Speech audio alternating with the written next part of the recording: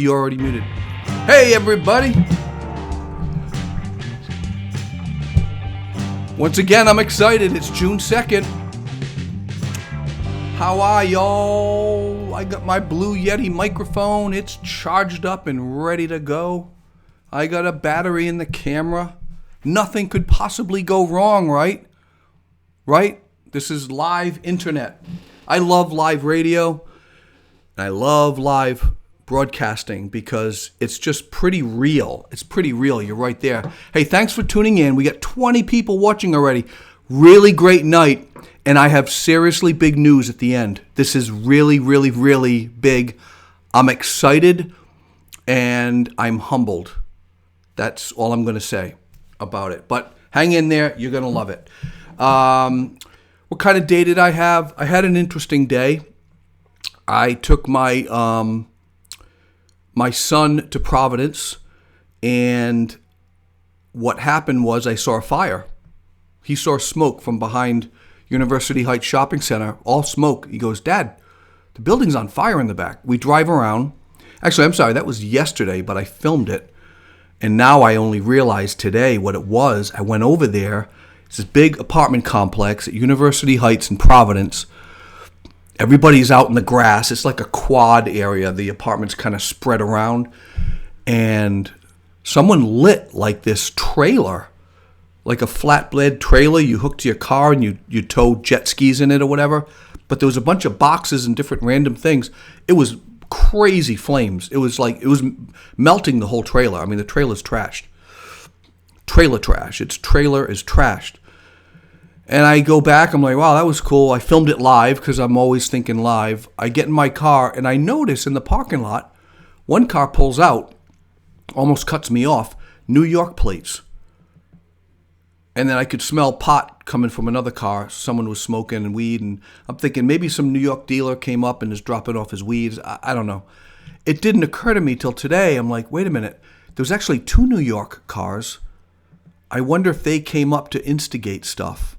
And I saw it live, and I was right there. I could have grabbed his plate with a snap of a picture. But, yeah, there's extreme people out there trying to take advantage of these terrible times. So I don't know how your day is, but if you're here, I want you to leave a little comment. Just say what town you're from. That's great. This is the international symbol for typing, by the way. Ed McDonough, he's my guest. I'm excited to be here.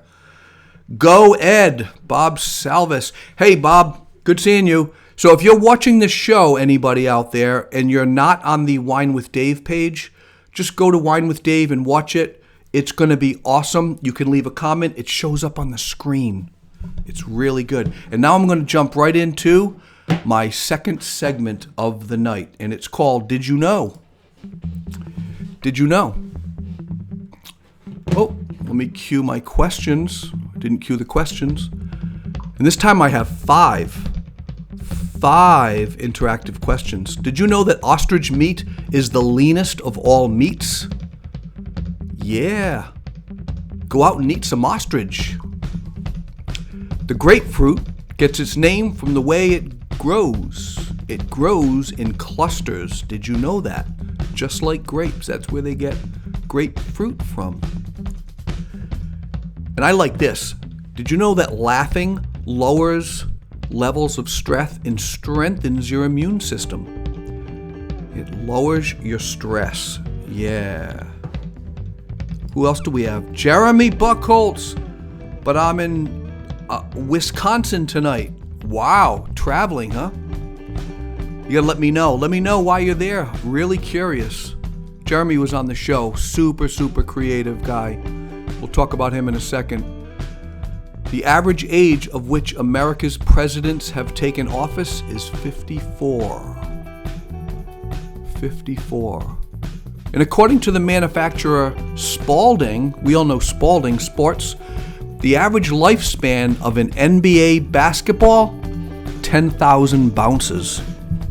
Is that crazy or what? 10,000 bounces. Did you know a pip, P-I-P, is one of the spots on a die or a domino? Next time you roll the dice, that little black dot, it's called a pip. Gladys Knight and the Pips. Here's the first interactive. What word is spelled exactly the same in English, Germany, France, Sweden, and Portugal? What word is spelled exactly the same? And here's the next little piece. Acousticophobia is the fear of what? Acousticophobia is the fear of what? And here's the third one. Very similar. Melissophobia is the fear of what? This is cool. You're gonna like it. Melissophobia.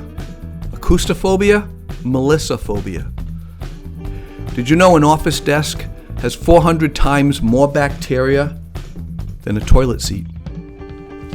From space, the brightest man-made place is what? The world's most expensive spice is what? I'm throwing a lot out there. The original name of Bank of America was Bank of Italy. That's cool.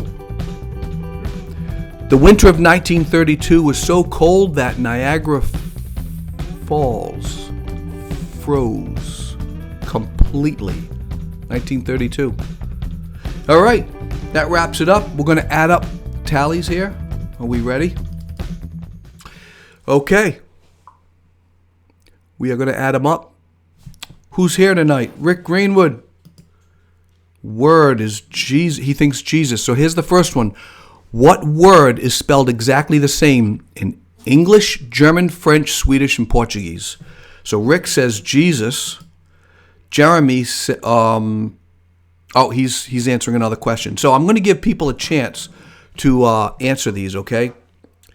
So what word is the same in all 5 countries? English, German, French, Swedish, Portuguese. Number 2, acoustophobia. Acousticophobia is the fear of what? Melissophobia is the fear of what? From space, what's the brightest man-made place on Earth that you can see? And the last one is the world's most expensive spice. And you probably have it in your cabinet, I guarantee you. Okay, ready? Let's see. Wow,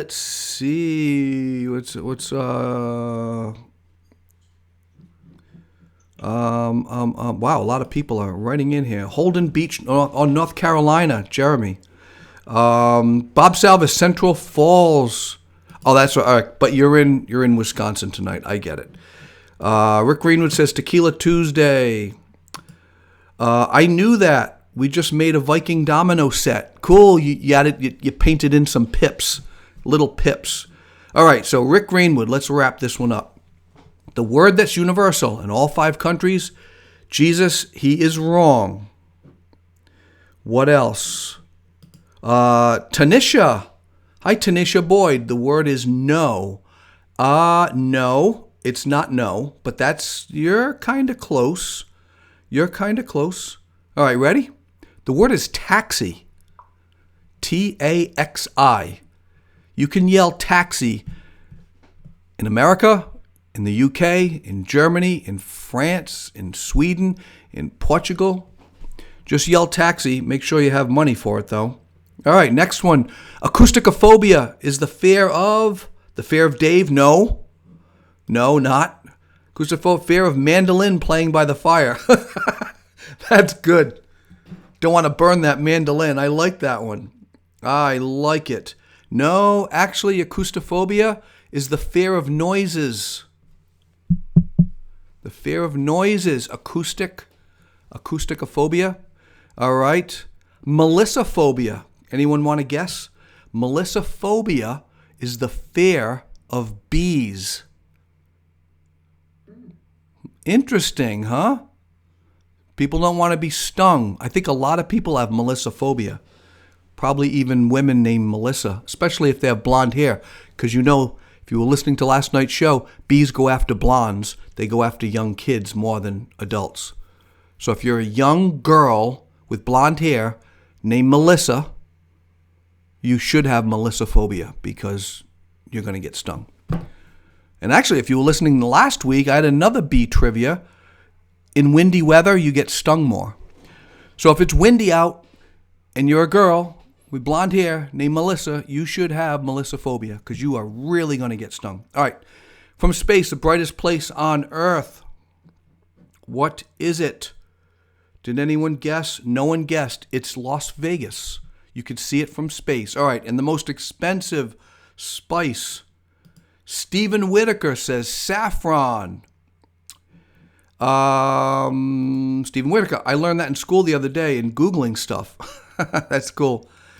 Greenwood spice, that red thing. You're kind of cheating a little.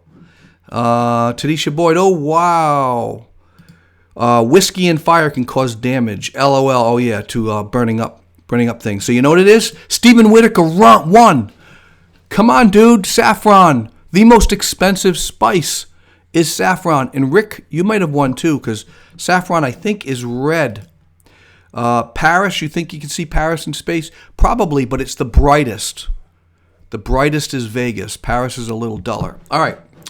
It is 9/11, and it is, it's wine o'clock. I'm drinking a nice Cab or Pinot Grigio. This is Wine with Dave. I've got big news at the end of the show. Don't go away. You're going to love this. This is really cool. Tanisha has saffron too. Cool. Steve Whitaker, it is red. So you share the winnings with Rick Greenwood. Saffron. Oh yeah, now he guesses saffron. So you guys won. You know what you won? If you open your cupboard and you find some saffron, just throw it on a sandwich. You win. You win. It's good. And these days, I shouldn't be emailing stuff or mailing stuff to people. I guess I could email. All right. Moving on to the next thing. That was cool. That was some really interesting things. Today, you know what today is? Today is kind of a hip day. Boom. Charlie Watts. Come on. This man right here. Charlie Watts, 79 years old. When Charlie was a young English lad, he said, and this is, I quote, "I bought a banjo, and I didn't like the dots on the neck, or the pips. So I took the neck off, and at the same time, I heard a drummer called Chico Hamilton who played with Jerry Mulligan, and I wanted to play like that with brushes. I didn't have a snare drum, so I put the banjo head on a stand." He took the neck right off a banjo, got his brushes, just into jazz at an early day. He's come a long way, Charlie Watts, this guy right here. Come a long way from drumming on a banjo head. Eventually, he became the drummer for one of the greatest rock and roll bands in the history of rock and roll. Ladies and gentlemen, the Rolling Stones. 1989, the Stones were inducted in the Rock and Roll Hall of Fame. And in July 2006 issue of Modern Drummer magazine, Charlie Watts, this guy right here, was voted into Modern Drummer Hall of Fame. Charlie Watts, happy 79th birthday, dude. I congratulate you on 79. You are the hippest, sharpest dressed man in rock and roll, and I mean that. And he's listening tonight. Probably not. But you are the second coolest guy in the Stones. And it's a close second. I mean, you are like right up there with Keith. But you are cool. You are really, really cool. You know what? Side note, a reviewer, someone was interviewing Mick Jagger, and he was talking about the band, and he goes, yeah, and they're in a hotel room, and he goes, well, in the other room is Charlie, my drummer. And the guy's like, oh, so he's your drummer? He goes, yeah, he's my drummer. Well, the interviewer happened to tell Charlie Watts in the next room over, he goes, yeah, Mick said that you're his drummer. And he's like, what? And so he comes out of his room. This guy, Charlie Watts, comes out of his room, bangs on the door. Mick comes to a door in a hotel room, right? They're on tour. He goes, I heard you said I'm your drummer. I'm not your drummer. You're my singer. Punches him right in the face, knocks him out. True story. True story. Charlie Watts, man, probably wore a suit that day, had a little blood on it. And Mick Jagger to this day says, yeah, that's a true story. Anyway, enough of that. Enough of Charlie. But I've got some really weird American history. Today, Grover Cleveland, this guy, right? Mr. Big Man, becomes the first sitting president to marry in the White House. And to this day, probably the only one. June 2nd, 1886. Grover Cleveland entered the White House as a bachelor, and he came out a married man and a father of 2. His new wife was a beautiful young woman, 27 years his junior. Her name was Frances Folsom. Listen to this story. You want to see Frances? There's Frances. There's Frances. Frances was the daughter and former law partner of Cleveland's legal ward. Okay, so he had a buddy who was an attorney, and Cleveland had literally known her since she was born. When she was only 11 years old, Frances's father, Grover Cleveland's best friend, died, and Grover became the legal guardian of Frances, remaining close friends with her mother. His pet name for Frances? Frank. He called this woman Frank. This beautiful young 11-year-old Frank. I kid you not. I don't make this up. Observers thought that Grover Cleveland would marry his friend's widow and were completely surprised when he instead married Frances as soon as she turned 21. And to this day, Frances, the youngest first woman in the White House. I don't know about you, but that's kind of creepy. Leave a comment. Is that creepy? I didn't know that. I had no idea. No idea. Let's see. Bob Salvis. Stones. Yeah. Banjo Pips. Banjo Pips. He doesn't like those Banjo Pips. Charlie Watts. Dave's favorite drummer. I kind of... it's Ringo and Charlie. They're kind of... it depends on the mood. For groove, I would go with Charlie any day of the week. For creative drum fills, Ringo Starr. So, Rick, never heard of the Rolling Stones. Yeah, you gotta get out more. You gotta get out more. The Rolling Stones. All right, so that's that. You guys ready for my guest? I'm excited. Let me get rid of Grover and his... That's just creepy, huh? He'd known her since she was a kid. He called her Frank. That's weird. Then he marries Frank. Who'da thunk? Who'da thunk? Tomorrow night, my guest is Anthony Zhang. He's the CEO of VinoVest, where you can go and invest in vineyards. Yes, you can invest in vineyards. You can go to vinovest.co and learn all about it, or just come back tomorrow night and see this interview. But tonight, you're in for a treat. Ed McDonough. Ed is a master at email marketing. He's given away some of his secrets tonight. I always love listening to him. He's fascinating. He's got facts like you would not believe. Check it out.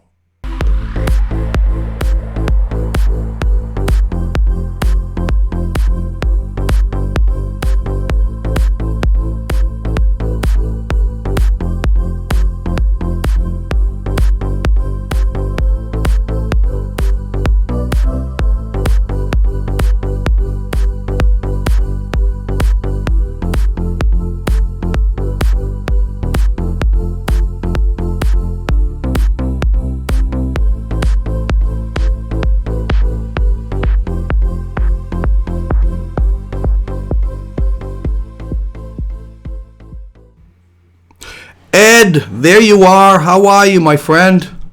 I'm awesome, Dave.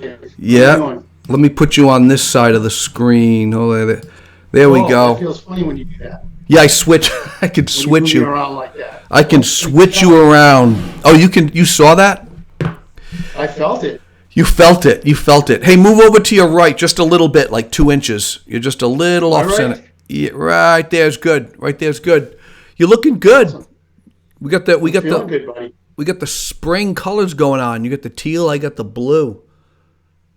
How you spending your days? Ice cold IBC here. IBC, nice.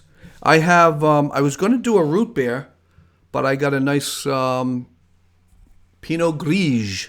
Pinot Well, it is Grigio. wine with Dave. So It's it wine makes with sense, Dave. right? You know, only 5 times I've not had wine. I've had water once, and another 4 times. Well, maybe it was 5 times. I've had whiskey. So it was like whiskey with Dave. Hey, tell me some stuff. Share some light on email. I want to ask you the first question. How can someone use email marketing to generate sales like right now? Is there a quick and easy way? Yeah, Dave.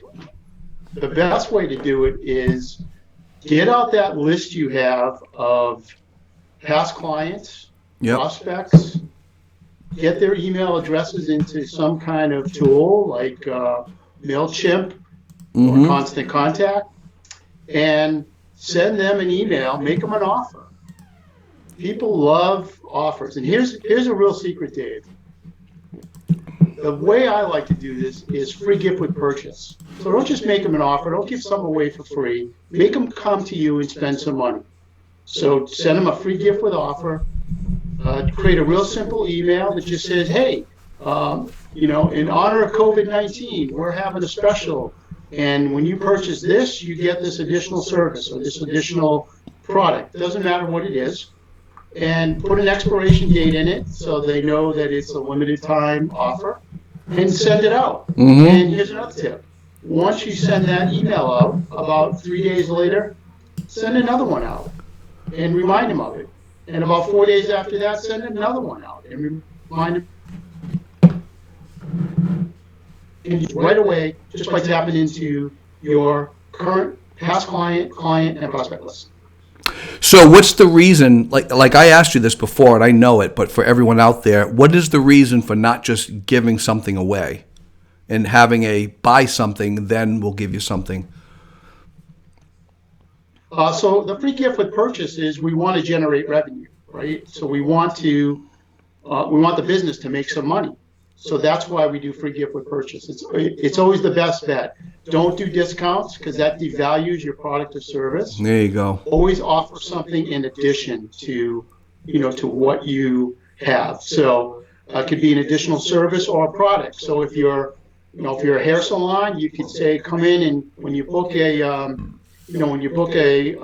standard haircut, you're going to get a free can of hairspray.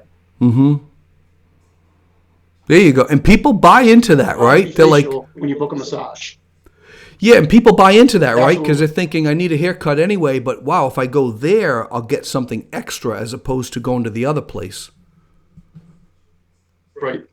And it probably doesn't cost much for that extra little something because now you got a customer for life. Is that really the point, to kind of get them in and then kind of massage them and make them a customer for life?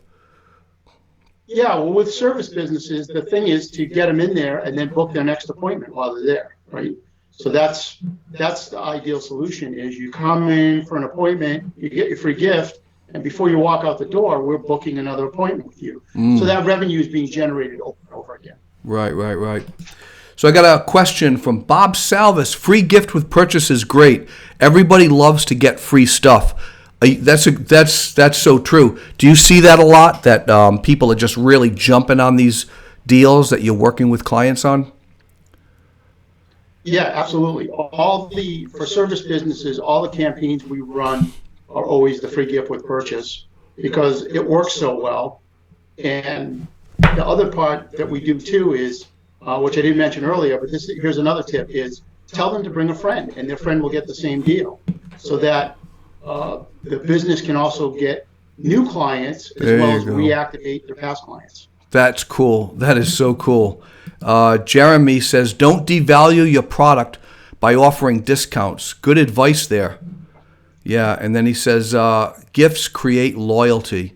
Yeah, because isn't that like the law of reciprocity? Like you do something nice to me, I'm going to feel reciprocal. I want to thank you back. You just gave me a can of hairspray, which actually wouldn't go a long way with me, but but that'd be good. I feel like, wow, that was great. They gave me a gift. So that brings up another question. A lot of businesses should have, or they should be thinking about things they have that they can give away, correct? Absolutely. And we always want to tie it to whatever the initial product or service is. So, you could have somebody come in and uh, let's use the hair salon. They could come in for a haircut and get a free $5 Dunkin' Donuts gift card. Yep. But let's get them using the product, right? We want them to use the product because they're going to buy the product from you as well. So you always want the free gift to be complementary to whatever the initial product or service that's being offered is. Mm-hmm. So what's so special about email campaigns that you run for clients? Can I drill down a little deep into that? For the stuff we do, Yep. Dave? Yeah, for the stuff we do, the thing that makes it special is our programs are done for you. So you can, anybody can go out and get a MailChimp account or Constant Contact and do everything that we do themselves. There's no reason why they can't. But our campaigns are all done for you. So we'll actually set up the full email campaign. We have our own email marketing platform that we use. Mm-hmm. Well, the emails will drive the people to a offer page. So it's a web page that we host so that we don't have to bother with the client's website or anything. Mm-hmm. And then on the back end of that, whatever the call to action is, whether it's a book an appointment or pick up the phone and call us, we have a bunch of call to action buttons that we know work really well built into those offer pages. And then behind all of that, we also do tracking. So we can track from the time the email is sent out to the time the person contacts the business, everything that happens in between. And so that allows us to provide some really detailed analytics about what works and what doesn't work. So that's really the difference, is we do everything for you. Right. So you don't have to worry about that. Guys, if you're listening to him and you own a business or you work for a business, Ed is the man. I've seen some of his stuff. You've got so many other things that you offer, like the whole scratch-off thing. I want to get into that in a second. But go to ECEmarketingservices.com, right over there, right under his name. His name is Ed McDonough. This is Wine with Dave, and I'm glad you're on tonight. So you showed me something that was a scratch-off. Tell us about that. That was so cool. Yeah. So it's called a virtual scratch card. So just think of holding a lottery ticket in your hand, or even better, like I want these flyers from Kohl's, the department store. All right, hold on. We just lost your feed. Reveal your hidden discount. We just lost your feed for like 5 seconds. Imagine it's like a lottery ticket. Yeah. So my wife always gets these cards from Kohl's, the department store, and there's on the back of it, it says scratch here to reveal your discount. So you get a coin and you scratch it and it reveals your discount. Yep. Well, we actually have an online solution for that. It's called a virtual scratch card, where we can send somebody to a page and they can scratch to win a prize. It doesn't have to be a discount. It could be a free gift with purchase item, or whatever. But the thing that makes it unique is we're collecting their email address in order for them to win. So we're building an email marketing list that we can to. Okay, I lost you again. You're building an email marketing list you can send people to. Correct. Yep. All right. Cool. We have Jeremy is asking. And he's got a Viking-themed woodworking company down in the Carolinas. It's amazing. You got to watch one of the episodes he's on. He asked, can you talk a bit about email marketing and content value? Yeah, so just to be right up front, it's not actually what I do. All our campaigns are based on driving revenue into the business. However, doing content marketing through email is very, very smart thing to do because you stay top of mind with people. The only thing I can suggest with it is that at the end of the content, you always have some kind of an offer with a call to action. So most people publish content and it's just go read my article or go read my blog or here's 7 tips you need to know. but they never put an offer and a call to action at the bottom of it. So that's what I recommend people do if you want to do content marketing. Always be driving people back to your business. You want to inform them, educate them, and then give them an opportunity to do business with you. So how often do you bug people? Is it weekly, daily? How often do you think someone should get a deal in an email? Well, I think anytime that let me just take a step back. For the campaigns we run them once a month. We do a 5-part email campaign. We send it out over 16 days, and we do that once a month. With content marketing, if you're educating while you're emailing them, then you could actually do it on a weekly basis if you wanted to. Mm-hmm. But I wouldn't just do the free gift with purchase offer, week after week after week. I would only do one per month. Oh, one a month. Okay. And then, but then drop that in. Yeah, because otherwise it's a slow way to develop your list doing content marketing. I mean, we do that with our company, but we want to kind of move it up a notch a bit. But it gets you top of mind, but there's people that might want to buy right now. I mean, that's kind of what you're seeing, right? They want to buy. Absolutely. A percentage of them will. And here's the really interesting thing, Dave, is that we've sent the same campaign to the same list 3 months in a row and got 3 different set of buyers. So it doesn't always have to be something new. It's right time, right place, right message, right? Mm-hmm. That's what marketing's all about. So the person that got the emails month 1 didn't do anything, and then they got the emails month 2 and didn't do anything. But by the time month 3 came around, they were ready to take action. They needed whatever the product or service was, so they took action then. Do you see, so that's like drip marketing where you're doing like a series of 5 emails. Are you noticing more people are buying after every email? Like certain percentage for email 1, but then more percentage? Yeah, absolutely. So I haven't looked at this recently, but last year I studied a couple of campaigns that I ran, and I actually got 2 clients who opened email number 5, but never opened 1, 2, 3, or 4. Wow. So if I did not send email 5, I never would have gotten those 2 clients. Okay. So they just get the email, but they never open it. It just either goes to spam or they just don't open it?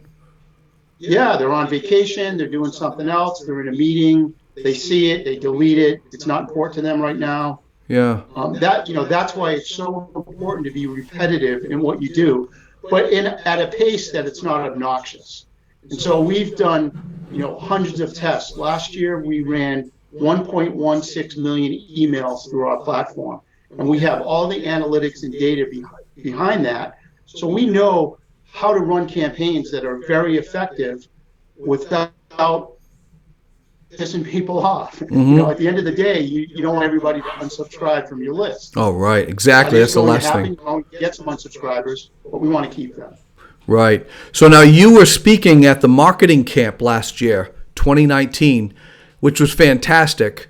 And I met you just prior to that, and it was so cool to have you at that, to get to know you more and see you kind of sprinkle the dust over us and learn about email marketing.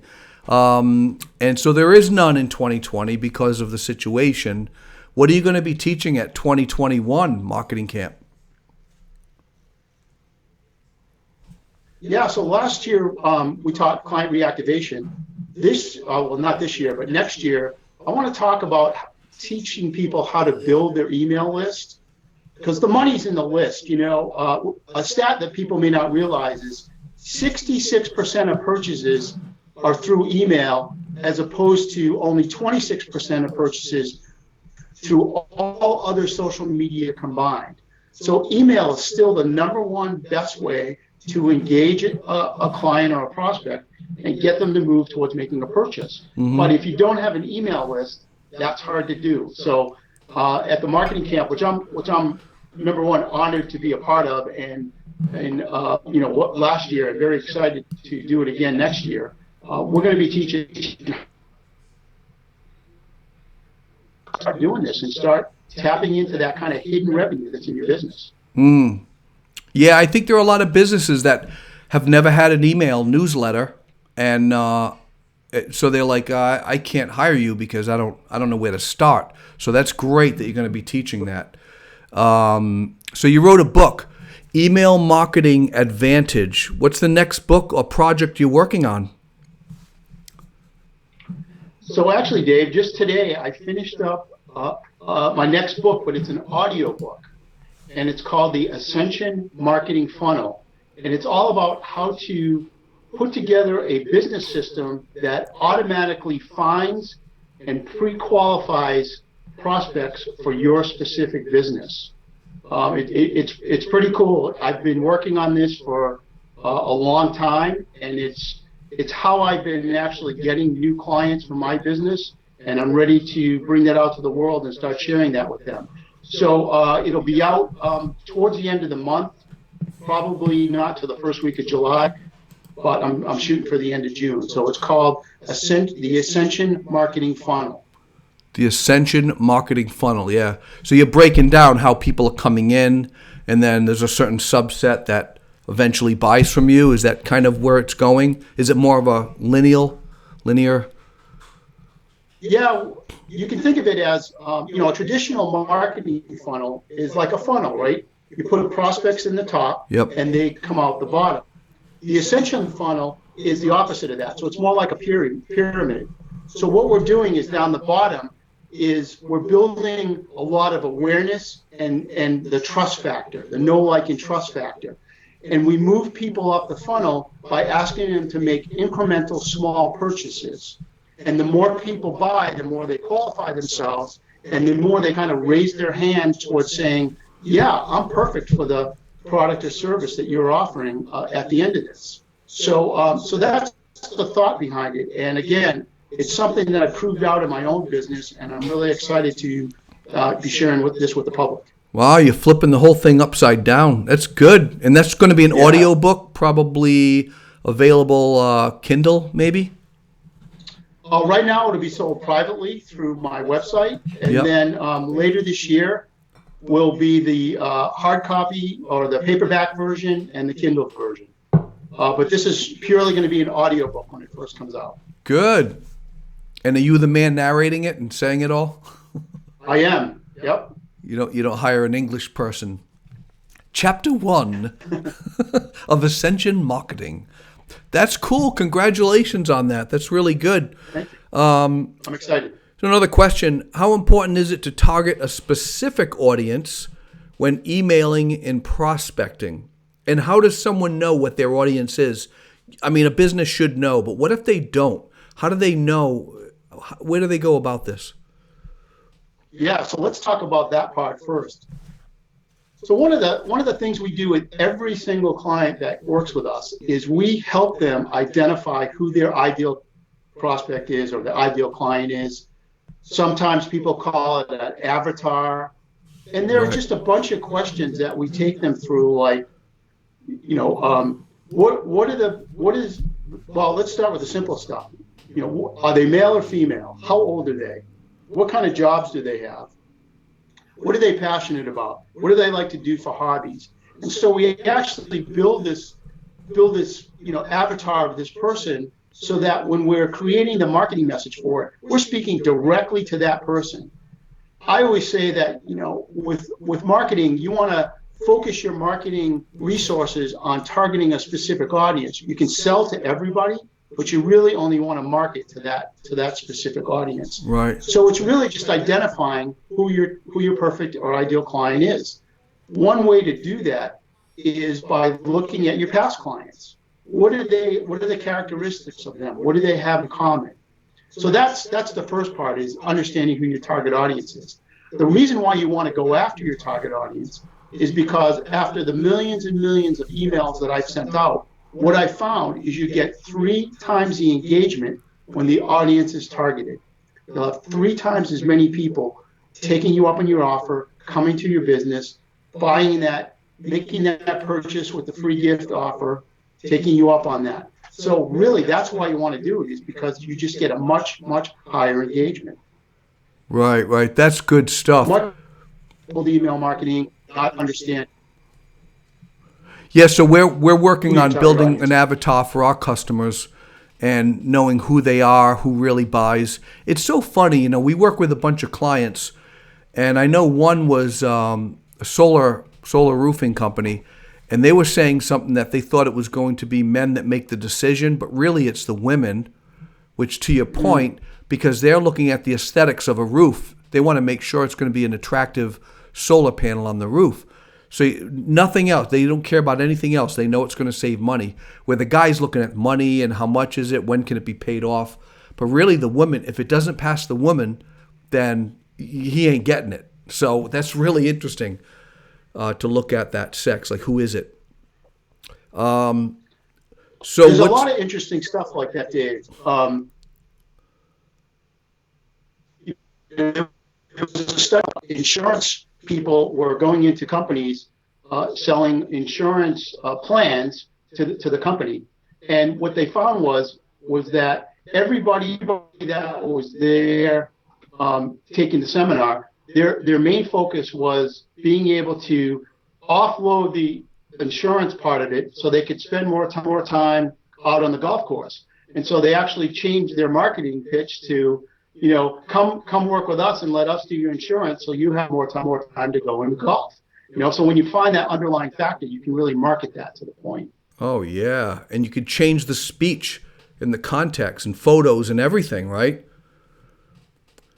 Right. Even though golf has nothing to do with insurance, that's what they wanted on the back end, was they just wanted more time to go out and golf, right? So that's cool. That is really, really cool. I mean, I love that. I'm fascinated with that because it's an invisible world you live in, right? You don't know who your clients' customers are until you start working with them and feeling out and doing the drip marketing. And then you're actually not just delivering them more money, but you're delivering them the perfect customer that they would have never known.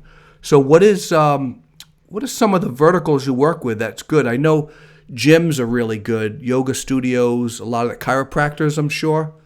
Is that Yeah, that's a good market for us. We actually do two things. So we work with a lot of service businesses like dentists, chiropractors, day spas, hair salons, folks like that who see lots of clients on a regular basis, and we do that kind of client reactivation campaign that we were talking about earlier, where we take their past client list and their prospects, and we do that free gift with purchase offer. The other thing we do too is we work with professional service providers doing B2B cold email marketing. So we also have a whole strategy that we can use to target other businesses. If you're B2B, we can go out and target a specific industry that you go after all the time with cold email marketing and get you some clients doing that. Yeah, we got to talk after this. We really got to talk because business is starting to ramp up again, getting some action. But I want to think smart, so we should talk. We should set up some time together. Absolutely. Bob Salvis is asking, what do you think of someone who emails 8 times in an effort to get you to just read an article?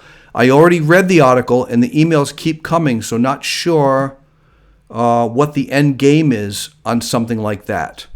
Yeah, so you see that a lot. Yeah, so I think, first of all, the article should have some kind of call to action at the bottom of it and get the person to take the next step. If they don't want to continue to read the articles, they can always opt out of that too. I mean, that's by law. You have to have some kind of unsubscribe button in there too. But again, it's just kind of a numbers game. So they're trying to get as many people in front of the article as they can. I do a lot of article marketing myself, where I'm doing the cold email, sending people to an article, and then the article has some kind of call to action on the back end. Yep. So it works really well. And again, if the person is really annoyed by it, then they should just unsubscribe, and they probably don't belong in my funnel anyway, right? So right, you're doing them a favor, just like I don't want to bother you, just leave and unsubscribe. So B2B, they can send out emails unsolicited, but B2C you can't. That is correct. Yep. But you have to have an unsubscribe at the bottom of every one of these B2B or B2C? Absolutely. Okay. Yes. Now, if you don't, because I've gotten emails that I never signed up for, and one or two come through, and I look at the bottom to unsubscribe, there is no unsubscribe. Yeah, so that's your number one flag that person is a true spammer, and probably what they're offering you isn't the real thing anyway. They're just trying to get you onto either another email marketing list, or they're trying to do something deceitful. So Yeah, this one isn't. They're a real estate agent, and they are real. And I can't get rid of this person. The emails come in, I can't delete it. It's impossible. And yeah, so it'll get to the point they're where not abiding by the. it'll get to the point where I have to call them and say, look, A, you don't have an unsubscribe, and B, I never signed up for this, and C, you're flat out pissing me off, so knock it off. No one likes that. Yeah. No, they don't, and it's actually against the law to do that. So. Yeah, true. Bob said about those emails that keep coming in repetitively, he says, but if I already read it, isn't it redundant? So this person just keeps sending the same email, and are they just hitting enter a bunch of times, not even realize? They don't even know how to run a campaign, right? Yeah, exactly. It just sounds like there's some, again, it's probably a spammer that's doing it, because if they're just sending you the same email over and over to read the same article, then it probably doesn't make sense. They're probably not somebody that knows what they're doing. So when we do that, we always refer to the fact that we've sent hey, I sent you this article last week. Did you have a chance to read it? Hey, here's some feedback. Did you have a chance to read it? So again, if they read it and they reply back, we're looking for them to reply back too. Once they reply back, they get taken off the list, or once they unsubscribe, they get taken off the list. Mm-hmm. So let me ask you this: do you do your own email marketing for your own business, or are you like everybody else, me included, where the cobbler's kids doesn't have shoes? You're too busy doing the work for everyone else. Do you do it for yourself as well? Absolutely. I get probably 95% of my clients come from the email marketing that I do for my own company. Oh, that was a good question I asked. That's awesome. 95. Do you, at this point in the game, are you still surprised at how powerful email is? Not really, because it's always, it's never gone away.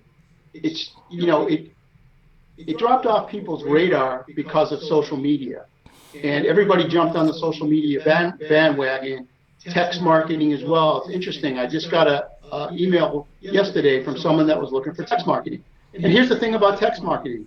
The open rates are like 95, 96%. The engagement rate is less than 1%. In email marketing, the email marketing we do, we have an open rate between 30 and 40%, and the engagement rate is 3 to 4%. So we have a lower open rate but a higher engagement rate. Yeah. Than the text marketing. So, it really depends on what you're doing and how you're doing it. The point being is that email marketing works. It just flat out works. For every dollar spent on email marketing, the return on investment is $44.25. Where can you get a return like that? Anywhere else. Right. Give me $1 and I'll slide $44 across the table. You do it all day long. I do know with text, I've been part of some text marketing campaigns, the recipient of it, and it's great. I open it right away, so I'm one of those 93% that open it. But sometimes it's just informational, like it's a did you know or something. I'm like, okay, that's cool, it's top of mind, but they're not selling me anything like you would be doing on an email. So I think they're failing in the delivery of it. That's just my 2 cents. The other thing is it's hard to really put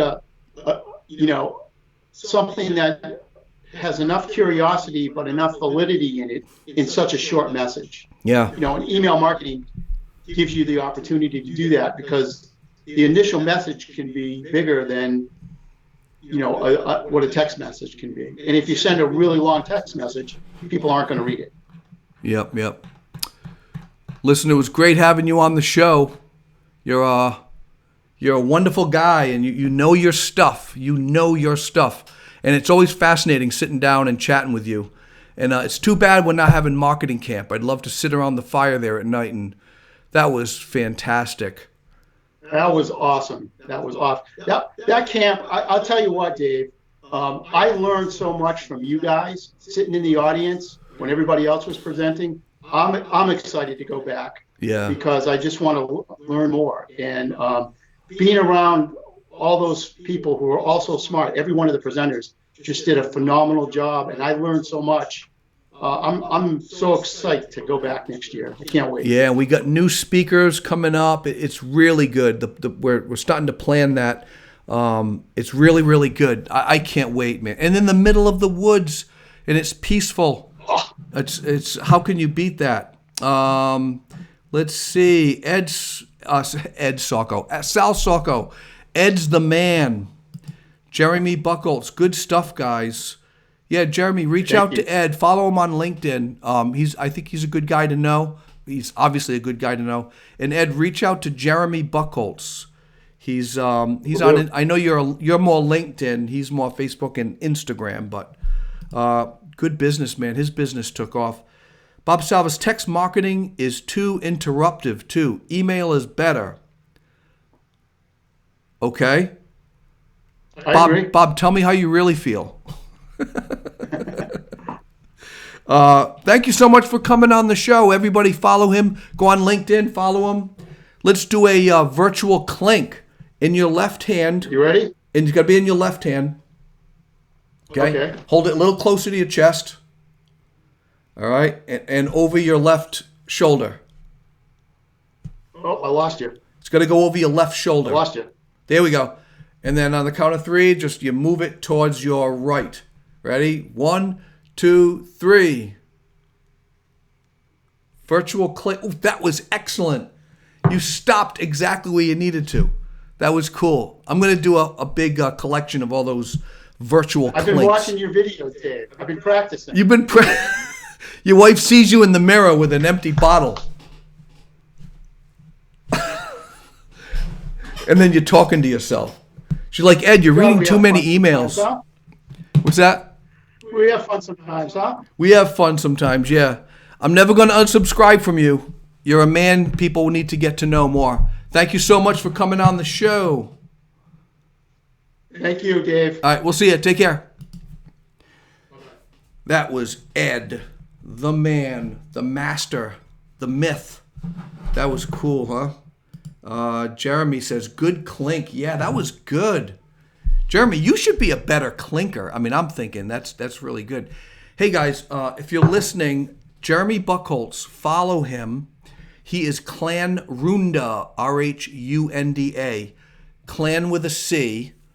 Just Google it. You'll find it. Follow his Instagram page. He's got the coolest stuff. So he's a woodworker, but he kind of has a bit of a Viking slant, Celtic Norse. And he was on the show. When was he on the show? Not too long ago. He was on the show on... What episode? Whoa, May 19th. Episode 34, May 19th. My mug would break your glass. He's got a mug on Instagram. It's cray. It's unbelievably huge. It's like massive. It's the size of his girlfriend's head. So, it's Clan with a K, sorry. Because Clan is usually with a C. So it's Clan Runda, K-L-A-N R-H-U-N-D-A. Runda. Clan Runda. So follow him. Great guy. We got to have him on the show again. Probably in the fall. That's a good time to get out there and start wiping out your enemies, right? A lot of battles happen in the fall, in the field. The leaves are down. Winter's coming. That kind of thing. Listen, I wanted to save the big news for the end. It's 9:54. We have like 6 minutes. Do I have a joke? I'm gonna see if I get the joke out of the way. Yeah, I probably had a joke, but some of the jokes are like lame lately. No, there's no closing joke, and I'm not gonna play with apps. So we got 6 minutes to talk about this. All right, so check it out.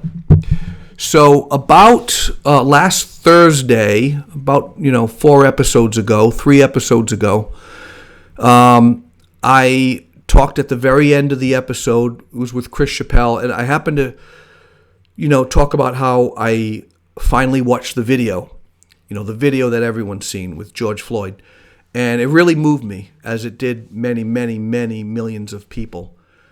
And I'm glad what came out of it. But now it's even getting dark with the looting and all that, and the extreme left and the extreme right, and just trying to stir up shit, So here's the bottom line: it pisses me off, and been doing a lot of crying after watching that video. Just the pleading for humanity to help him, and humanity wasn't there. There were some people yelling, get off his neck, get off his neck. So it was bothersome, and I decided in the moment, at the very end of that episode, I'm going to do something. I'm going to invite guests on the show. We're going to talk about racism. So that's the big news. This Monday, and you'll see it on this page, it's an event. So go to the top of the page, or somewhere in this feed. I think is it below this? Is it below? I'd have to go. Let me see. Where am I over here? Facebook. Yeah, you have to scroll down. No, we're not even there yet. I'm not even on my page. I'm live, but I'm not following my own page here. But it's on there. Wine with Dave. It's an event, and it's called Racism is Having Wine with Dave. It's Racism Live, and it's Monday through Friday. I've got a guest every night, and I'm not trying to be funny here, but no whites are allowed. There are no whites allowed. It's black people, their experiences, their stories, their heart, their passion, their pain, everything. And I handpicked each one to kind of represent a spectrum of life from 16 years old to 60. And men, women, different walks of life, all black. They all have their unique story. It's not to miss. I'm telling you, I feel like this is the right time, and Wine with Dave is the right vehicle because it's been building steam and a lot of people are watching. I mean, I'm getting like 200-300 people watching an episode once it all gets shared out and all the numbers come in, and I'm really grateful for that. And I don't want to sensationalize it, but I felt like I have a responsibility since there's a lot of people watching, and especially you don't want to be hearing the news again about COVID-19 and masks and the economy's tanking, and it's just like you come to Wine with Dave to just chill out and just listen to some stupid humor by me. But anyway, I think this is really important, and I'm begging you and asking you to share that event. First of all, go and RSVP and like it, and just be part of it. If you can't make every night, I get it, but it's 9 o'clock, Monday to Friday. It's every single night, and I've got a teenager coming on who has cried with his dad. They've both cried together over what's happening in the world. And the father told me, he didn't tell me not to say anything, but he did say that, when you tell your boy, and you're a black family, and you tell your boy that at some point the color of your skin is going to dictate what you get out of life, and it's not going to be the best. So the sky's the limit for white people, but not for black people. And he said that's when the innocence is gone. Now imagine telling your son that, or daughter. It's one thing to say, I got to tell you something about Santa Claus. He's not real. That was hard telling my kids. It was like, because they already kind of figured it out, but they were on the fence. I talked to my wife, and we're like, yeah, we should just say it, because they kind of know anyway. So we had the Santa talk. And they were kind of depressed a little bit, but they knew it. But I felt like there was an innocence that was pulled from them. And I thought, maybe we could have went 1 year and believed in Santa Claus. That's a small analogy relating to being a black family, telling your son, as you're kissing him goodnight, yeah, the color of your skin, I haven't told you this before, but it's going to affect everything in your life. And at that moment, innocence is gone. That's cruel, but you have to do that as a dad. You got to protect your kids. That ripped me to shreds, man. That ripped me up. So, what's Jeremy saying? Big news. Yeah, it's big news. I like this, Dave. Stop fighting negative with negative. Time to actually listen, talk. Well, that's the thing. It's not going to be black people railing on white people, although if they need to just get raw and say some things, we need to listen. If we're white, we need to listen. But they are just going to share the pain and stories.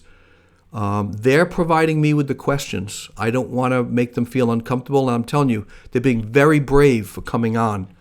So I just want to say that. They're being really, really brave for coming on, and a few of them, I asked a few more, and they just said, it's just too raw. I can't do it. I appreciate what you're doing, but it's too raw. So I completely respect that. But I landed on these 5, and just look for it. RSVP, and spread the news. If you've got friends who are kind of like, yeah, well, the blacks are always complaining, and if they're kind of like not racist, but there's something in there, just say, dude, you should watch this show. Watch it with me. Start a watch party. Click on the purple popcorn and do a watch party. Let all your people, all your Facebook followers watch it. And I'm not doing this for me. It's not like, I'm Dave England is doing a really cool hip thing. No, it's not hip. It's not hip at all. It is just something that has to be done. We have to have communication. So I just wanted to say that. I'm not going to say any more. Good stuff, Dave. Thanks, Rick. It's 10:01. I was going to say a joke. I want to get all you white people to bed, all you black people, all you people of color to bed. See, I went there anyway. I want to get all you people. Why are they called colored? We're all color. We all have color. Actually, let me put something out there. I have a way of turning this camera into, and I'll do it right now, and I want your feedback. I can do this, all right? So I just turned me black and white. Are you guys open to every episode next week, Racism with Wine and Dave, to be black and white? The whole thing? Because it's kind of it's solemn to see black and white. I'm just curious. I know it's a little artistically clever, but of course the wooden panel over here would be black and white too. So just wondering, leave a little comment here. I'm just curious if going black and white for the week, removing color, figuratively speaking and literally, removing color from the live broadcast, would that be good? Or do you think that's tacky? I mean, I want the show to be the best it can, but I think it'd be kind of cool to have it black and white, split screen. I talked to someone, they says, oh no, don't do that. That's just not right. And they couldn't explain why. I'm kind of on the fence.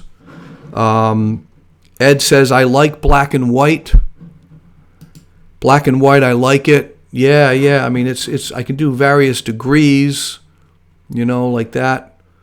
Of course, I can do really red. It's a bit gritty. I love black and white. Jeremy thinks it's symbolic. I like it. Black and white, I like it. Well, so far it looks like it could be a black and white show. Is there any reason I shouldn't do black and white?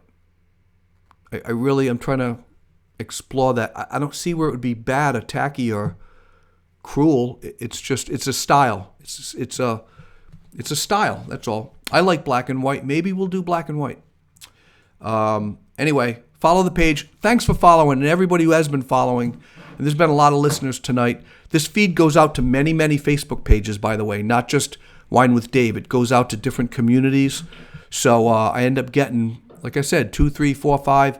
An episode last week was 850 people watched it. One episode. I've had well over 6,000 people watch the show. I feel it's a responsibility to get the word out and have the conversation. All right, it's 10:04. I have no closing joke. If you have any jokes, send them to me. The hardest thing, you can find anything online. Try finding a good joke.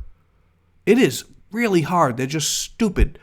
I tried to do one on drummers because of Charlie Watts, and they're just dumb. What do you call a guy with no girlfriend? A drummer. It's stupid. They're stupid. They're stuff you've seen before. You got to hire a real comic. Anyway, I want to get you little kids to bed, or as Grover Cleveland, I want to get my wife to bed. Oh, that was funny. You saw what I did there. Yeah, Francis, 11 years old. Yeah, that was clever. I just thought of that. I want to get Mrs. Cleveland to bed. Maybe that's what I should say. Hey, 10:01, got to get Mrs. Cleveland to bed. If you're just tuning in, you got to rewind. You got to see it. All right, take care, everybody. Tomorrow night is going to be good. Andrew Zhang, CEO. If you want to invest in a vineyard, that's the guy you want to see tomorrow night. Take care. Should I do the opening, the closing music? Let's just say I said a joke, because I like to do that closing song. Grover Cleveland married his wife, who he knew from birth, and he waited till she was 21. So I just want to get Mrs. Cleveland to bed.